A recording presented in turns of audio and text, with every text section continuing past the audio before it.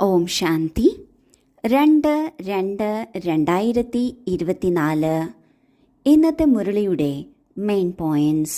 മധുരമായ കുട്ടികളെ, ഉയർന്ന പദവി എടുക്കുന്നതിന് ബാബ നിങ്ങൾക്ക് എന്ത് പഠിപ്പിക്കുന്നുവോ അത് അതുപോലെ തന്നെ ധാരണ ചെയ്യൂ. സദാ ശ്രീമത്ത് അനുസരിച്ച് നടക്കൂ. ഈ ജ്ഞാനത്തിൽ ഏറ്റവും ഉയർന്ന പ്രാപ്തി എടുക്കുക എന്നതാണ് നമ്മൾ ഓരോരുത്തരുടെയും ലക്ഷ്യം.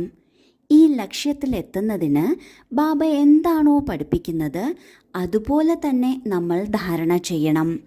ഒരിക്കലും ഇത്ര മാത്രമേ പറ്റൂ, അതിന് കൂടുതൽ പറ്റില്ല, ഇത് ബുദ്ധിമുട്ടാണ് എന്ന് നമ്മൾ ഒരിക്കലും കമൻറ്റ് കൊടുക്കരുത്. കാരണം നമ്മൾ ഈ കാര്യങ്ങൾ കേൾക്കുന്നു എന്നുണ്ടെങ്കിൽ അത് പൂർണ്ണമായും ധാരണ ചെയ്യാനുള്ള യോഗ്യതയും നമ്മൾക്കുള്ളതുകൊണ്ടാണ്. ഒരു ലോ കോളേജിൽ അഡ്മിഷൻ അങ്ങനെയുള്ള കുട്ടികൾക്കാണ് കിട്ടുന്നത്. ആർക്കാണോ വക്കീലാകാൻ അല്ലെങ്കിൽ ജഡ്ജാകാനുള്ള യോഗ്യതയുള്ളത്. യോഗ്യത ഇല്ലാത്തവർക്ക് കോളേജിൽ അഡ്മിഷൻ ലഭിക്കില്ല. അതുപോലെ ഈ ബാബയുടെ കോളേജിൽ ഏറ്റവും മിടുക്കനായ ഭഗവാനാണ് സ്വയം നമ്മളെ പഠിപ്പിക്കുന്നത്. അങ്ങനെയുള്ള ഭഗവാൻ അറിയാം നമ്മളുടെ എന്താണ് യോഗ്യത എന്ന്. നാം പഠിക്കുകയാണ്, ഇത് കേൾക്കുകയാണ്, മനസ്സിലാക്കുകയാണ് എങ്കിൽ തീർച്ചയായും ഇത് ജീവിതത്തിൽ കൊണ്ടുവരാനുള്ള യോഗ്യതയും ഉണ്ട്. അതിനാൽ എന്താണോ ബാബ കേൾപ്പിക്കുന്നത് അത് ജീവിതത്തിൽ ധാരണ ചെയ്യണം. എന്താണോ ബാബ നിർദ്ദേശം തരുന്നത് അതിനനുസരിച്ച് മുന്നോട്ടു പോകണം.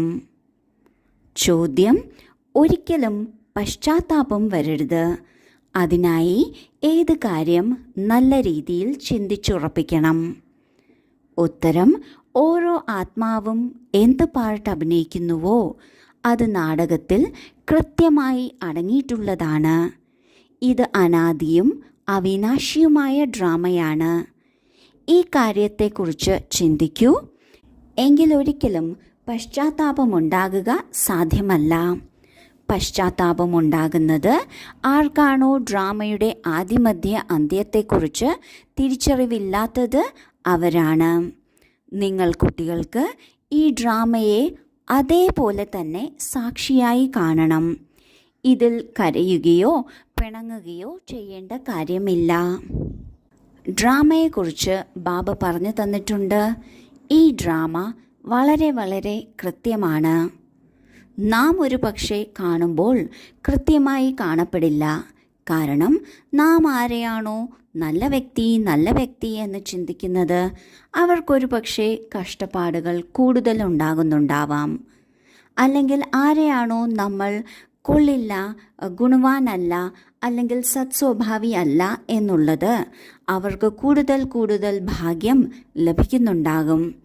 എന്നാൽ കർമ്മത്തിൻ്റെ ഗതി അനുസരിച്ച് നാം നോക്കുകയാണെങ്കിൽ ഈ സൃഷ്ടിയുടെ ആദി മധ്യ അന്ത്യത്തെ, അതായത് ത്രികാലദർശി സ്ഥിതിയിലിരുന്ന് നോക്കുകയാണെങ്കിൽ ഓരോന്നും കൃത്യമായും ശരിയാണ്, കൃത്യമാണ് എന്നത് നമ്മൾക്ക് അനുഭവപ്പെടും. എന്നാൽ ഈ അവിനാശിയായ ഡ്രാമയെ നാം സാക്ഷിയായി കാണണം. എന്നാൽ സാക്ഷിയായി കാണുന്നതിന് നാം ഒരിക്കലും ശരീരബോധത്തിലിരുന്നു കൊണ്ട് കാണരുത്.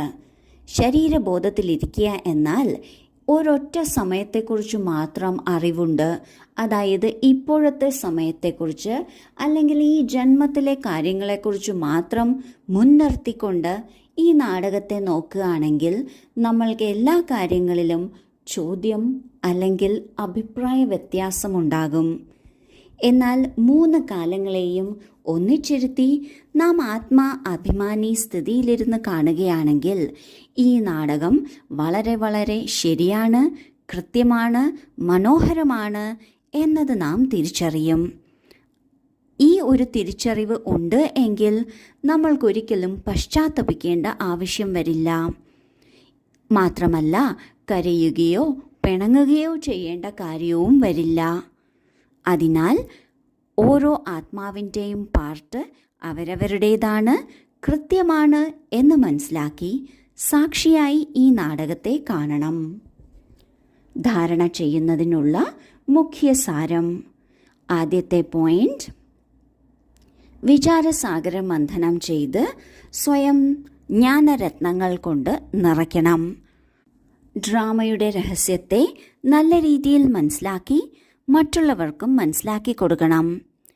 ഒരു കാര്യത്തിലും പശ്ചാത്തപിക്കാതെ സദാ ഹർഷിതരായിരിക്കണം. 2. തൻ്റെ അവസ്ഥ വളരെ കാലത്തേക്ക് ഏകരസമാക്കി വയ്ക്കണം.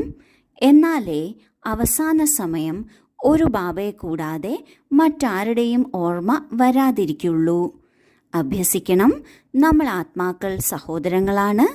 ഇപ്പോൾ തിരിച്ചു പോകുകയാണ്.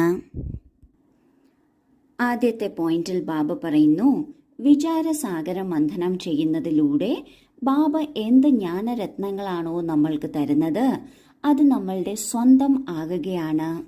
അതിനാൽ വിചാരസാഗര മന്ഥനം ചെയ്ത് ജ്ഞാനരത്നങ്ങൾ കൊണ്ട് നമ്മുടെ ബുദ്ധിയെ, മടിശീലയെ നിറയ്ക്കണം. ഡ്രാമയുടെ രഹസ്യത്തെ വ്യക്തമായി മനസ്സിലാക്കണം. മറ്റുള്ളവർക്ക് പറഞ്ഞും കൊടുക്കണം. ഒരു കാര്യത്തിലും ഒരു പശ്ചാത്താപം അല്ലെങ്കിൽ അയ്യോ ഇങ്ങനെയല്ല സംഭവിക്കേണ്ടത് എന്ന രീതിയിലുള്ള ഒരു തോന്നൽ നമ്മൾക്ക് വരരുത്. അതിനു പകരം സദാ ഹർഷിതമായിരിക്കണം. കാരണം ഈ ഡ്രാമ വളരെ വളരെ കൃത്യമാണ്.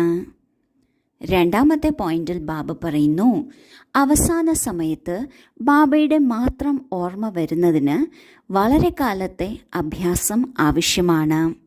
അതിനാൽ ഇപ്പോഴേ തന്നെ തൻ്റെ അവസ്ഥയെ ഏകരസമാക്കി വയ്ക്കുന്നതിനുള്ള പ്രാക്ടീസ് വേണം.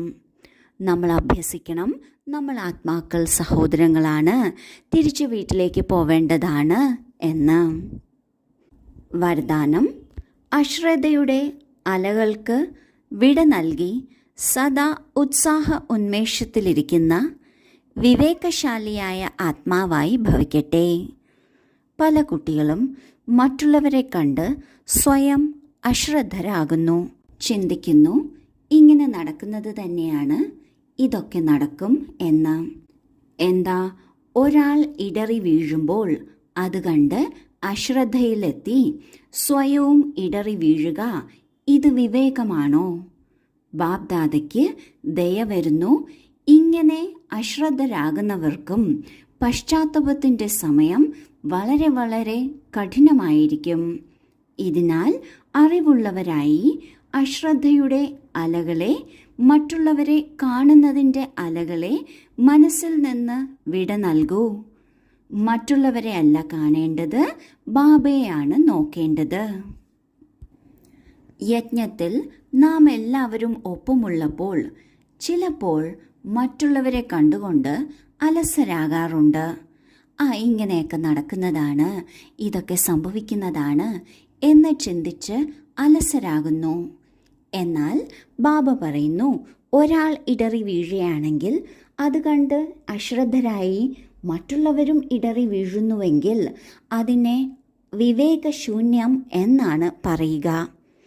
ഒരിക്കലും നാം നമ്മുടെ പുരുഷാർത്ഥത്തിലോ നിയമങ്ങളിലോ അശ്രദ്ധരാകരുത്.